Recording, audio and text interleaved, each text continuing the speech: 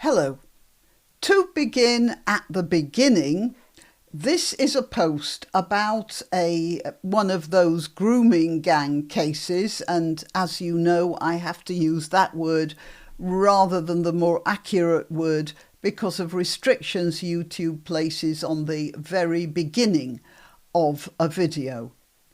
It's understandable enough, actually. It means that certain age groups won't come across certain words too early. At least that's the theory. Anyway, it says here 2 pairs of brothers are among the 8 convicted in this case. Much of these gangs are extended family networks, in-laws, cousins, uncles, etc. Entire male lines involved. And there was a comment, the second comment here. British nonces are bad, but not one of them could phone up friends and family to join them. Okay, and that's a reasonable comment. Sometimes we come across a crime that shocks us, and these crimes could be committed by anyone of any ethnicity or religion. But with these Pakistani grooming cases, there's another dimension entirely. We not only find the crimes repellent, but uniquely so. Of course, there are, as it says here, ethnic white men guilty of atrocities, as apologists gleefully remind us of people like Levi Belfield and Ian Hunt and Wayne Couzens. So why pick on Muslims for particular opprobrium? And that does appear to be a reasonable question, to the extent that when you display such feelings of discomfort about these gangs, pointing out the religious loyalties of the perpetrators, you're accused of Islamophobia. That made-up term which, to quote a chap called Andrew Cummins, yes, he was the first to say this in a tweet, Islamophobia is a word made up by fascists and used by cowards to manipulate morons. And I'm Granniopteryx. I'm on YouTube, Rumble and Minds, and I'm on BitChute for anyone outside the United Kingdom or those inside the United Kingdom who have a VPN.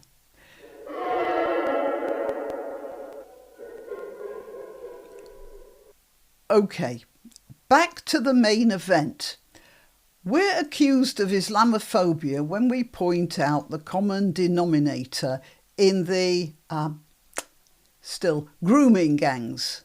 So we have to question ourselves. It's necessary to question ourselves about why we're so disturbed by these crimes, and also we have to ask why our governments are so eager to put a lid on too much talking about it.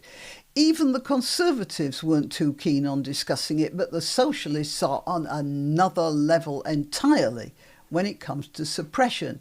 So let's start by looking at the crime itself. Yeah, there are hideous murders and... Is it time yet? No, well, I'm going to beat this out. Sexual abuse committed by all sorts of people in this country. What's notable about these crimes, though, is the family involvement, as this person down here says. You see, it's not just one monster enslaving a child. It's a monster and his near relatives, his brothers, his uncles and his cousins. Now, in what we might call a broad Christian culture, such crimes are usually committed as solitary events hidden from the rest of the family. In the case of the Pakistani gangs, though, the crime becomes a sort of family business. When the monster has had his way and then invited his brothers to have their way, and other close family members for their way, then they all combine to make a commercial asset out of their subdued victim, and not one of them regards this as immoral or shameful, as demonstrated by the fact that they can be relied upon not to report what's going on. Certainly, they will be worried about being caught, but the stage before getting caught, that is, the stage where you realise you're doing something wrong, that seems to be entirely missing from these people. Now, we have to remember that back in Pakistan, rape is used in tribal law as a form of punishment. Anyone who's studied that part of the world will know of cases, too many of them, in which, for instance, Yusuf is wronged by Ahmed, and the village elders decide that it's therefore reasonable for Yusuf to rape Ahmed's sister, thus bringing shame onto Ahmed's family. Never mind what the girl has to say about it. If you remember that, you'll understand why those men can finish doing to the girl what they do, go home, take a bath, and then head off to the mosque with a perfectly clean conscience and go to afternoon prayers. This is why it disturbs us, because this is not the code of ethics that we follow. Yeah, non-Muslims commit awful crimes, but at the very least, we can be fairly certain that if they're in their right minds, they know they're doing wrong. And look, we acknowledge all of this in our legal system. We treat people differently if they've been diagnosed with a mental illness or some incapacity that prevents them from knowing that what they're doing is wrong. The Muslims we are talking about here, these guys, don't see themselves as doing wrong. All they're doing, according to their ethical system, is punishing trashy white girls for being trashy and white. Let's take another example. You might get punished by the law for driving at 80 miles an hour on an empty motorway. But you'd regard that only as getting caught, not as actually doing anything wrong. You might even confess at a family gathering, oh, you've got 3 points on your licence because of speeding. And most of your friends and family would sympathise with you, not for the speeding, but for getting caught. If you put yourself into those shoes, you'll understand how these Pakistani gangs view what they did. And, by the way, are doing, because it's not stopped. Although many of us might not have thought about that too much consciously, we all understand it on a deeper level. And that, my friends, answers the question about why we feel such unease about these gangs and their particular crimes. We understand that we cannot rely on their agreement to our social consensus. It's not that we're too worried about a non-native skin colour in our midst, but that we have a non-native mindset in our midst, and one that's so completely at odds with our attitudes as to make our social systems irreconcilable. So the next question is, why do our governments go to such lengths to hide this discordance? For instance, after a couple of critical reports naming Muslim communities for the rape gangs, and here I've got it here. Here we are, and you can see it's quite a weighty report. Look at all these points here. After that was published, and this was an independent review that blamed Muslim communities for the rape gangs, almost immediately there was a Home Office report, gleefully reported here by The Guardian, proving that more white men are responsible for child abuse than Pakistanis.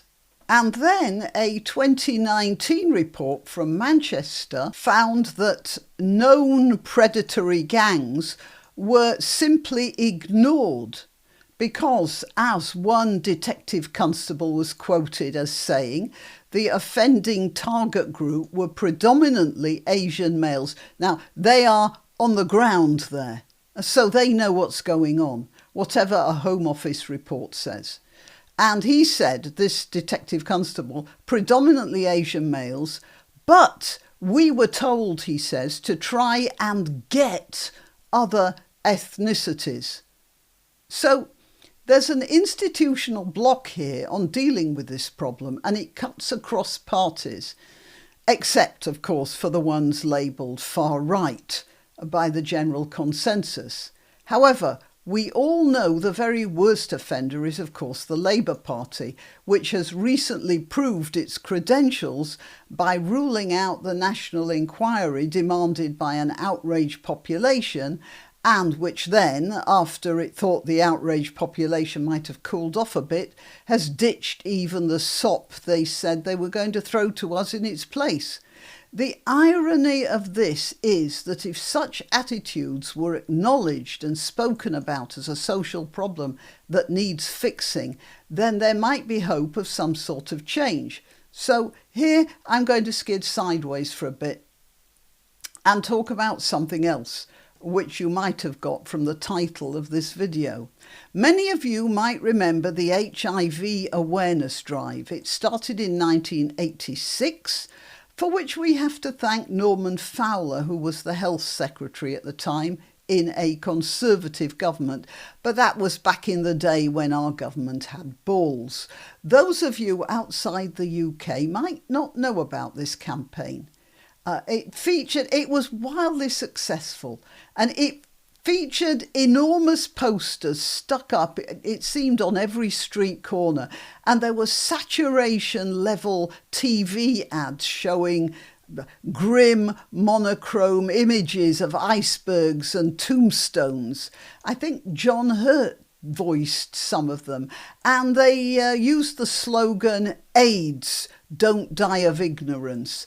You know what? I'm going to look and see if I can find a poster and I'll put it up here. Anyway, it was occasionally, I remember, lightened up by some very funny adverts, TV adverts, which were like funny sketches. So there was one featuring an awkward young man confronted by a bored female chemist shop assistant.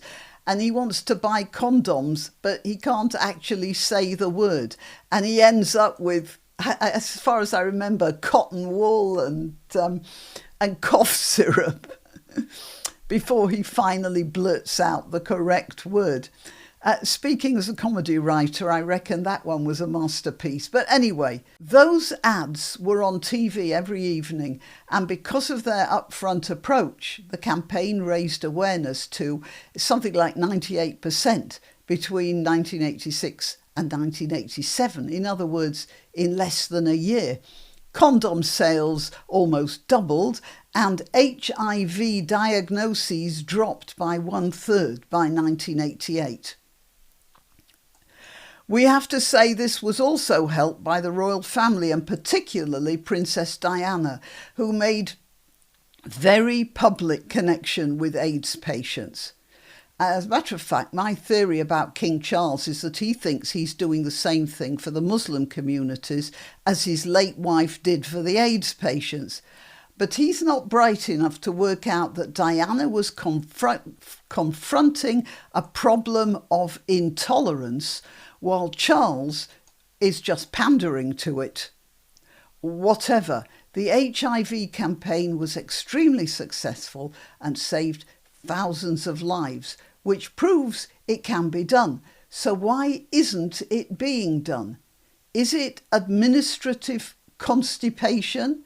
Is it the Muslim vote? Or can it be that the answer is simply embarrassment?